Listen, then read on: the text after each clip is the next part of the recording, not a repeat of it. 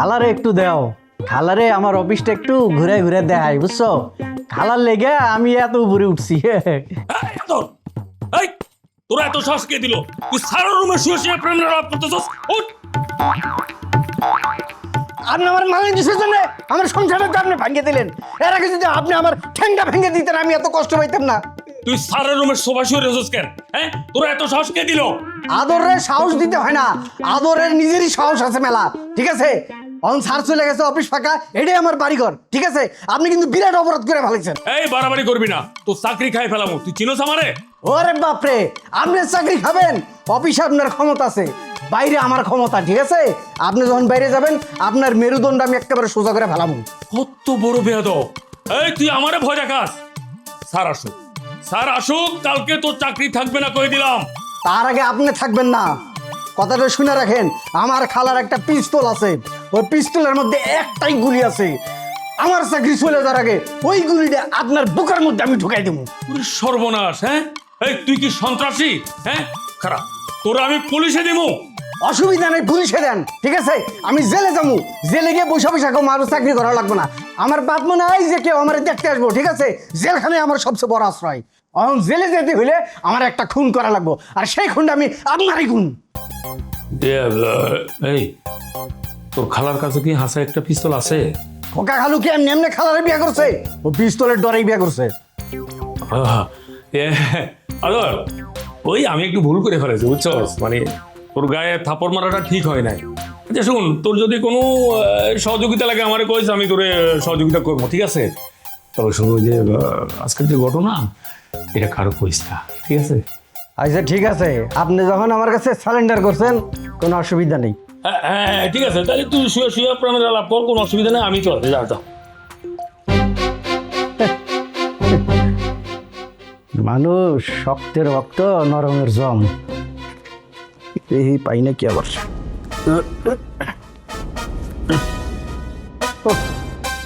কি একটা ভিআইপি মোডে ছিলাম, তাই সে সব নষ্ট করে দিল হালাই।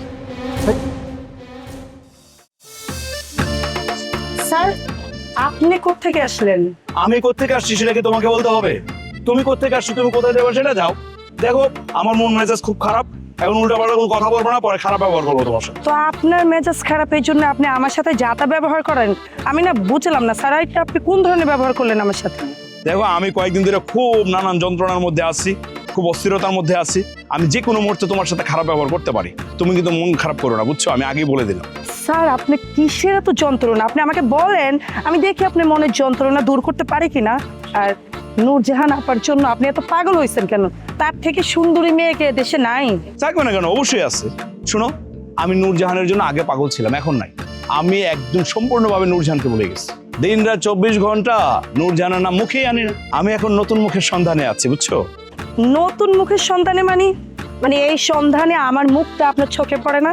হ্যাঁ পড়বে না কেন? তুমি তার নতুন মুখ না, তোমার মুখ তো কতদিন ধরেই দেখতেছি। আর তাছাড়া তুমি ছাত্রী, আমি আপাতত ছাত্রীদেরকে নিয়ে ভাবছি না। ছাত্রীর বাইরে যদি কেউ হয় তাহলে সেই দিকটা আমি ভাববো। তোমার যদি জানাশোনা থাকে তাহলে আমাকে বলতে পারো, আর বিশেষ করে যদি সুন্দরী হয় তাইলে তো বিনা বাক্যে তাকে বিয়ে করে ফেলো। আসলে বুঝছো, বিয়েটা না আমার খুব জরুরি। বিয়েটা যদি করতে পারি তাহলে মনে করে এক নিমেষে আমার মাথার যন্ত্রণাগুলো উধাও হয়ে যাবে। স্যার, আপনার মধ্যে না ঝামেলা আছে। আমি আপনাকে পছন্দ করি আর আপনি আমাকে বলতেছেন আপনার জন্য মেয়ে দেখতে। আপনি জানেন এইটা একটা মেয়ের জন্য কতটা কষ্ট? হ্যাঁ কষ্ট তো হইতেই পারে, তোমাদের কষ্ট দেখার টাইম নাই। শোনো, এক সময় আমি সহজ সরল ছিলাম, মেয়েরা আমাকে ঘুরাইছে। এখন আমি সহজ সরল নাই, এখন আমি মেয়েদেরকে ঘোরাবো, এটা আমার ইচ্ছা। মানে বুঝলাম না স্যার, আমি ভাবছি আপনি পড়াশোনা করছেন, আপনি শিক্ষিত, মানে কি বুঝছেন? আপনি তো অনেক কঠিন একটা মানুষ। হ্যাঁ কঠিন, বললাম না আগে সহজ সরল ছিলাম, এখন সহজ সরল থাকতে চাই না।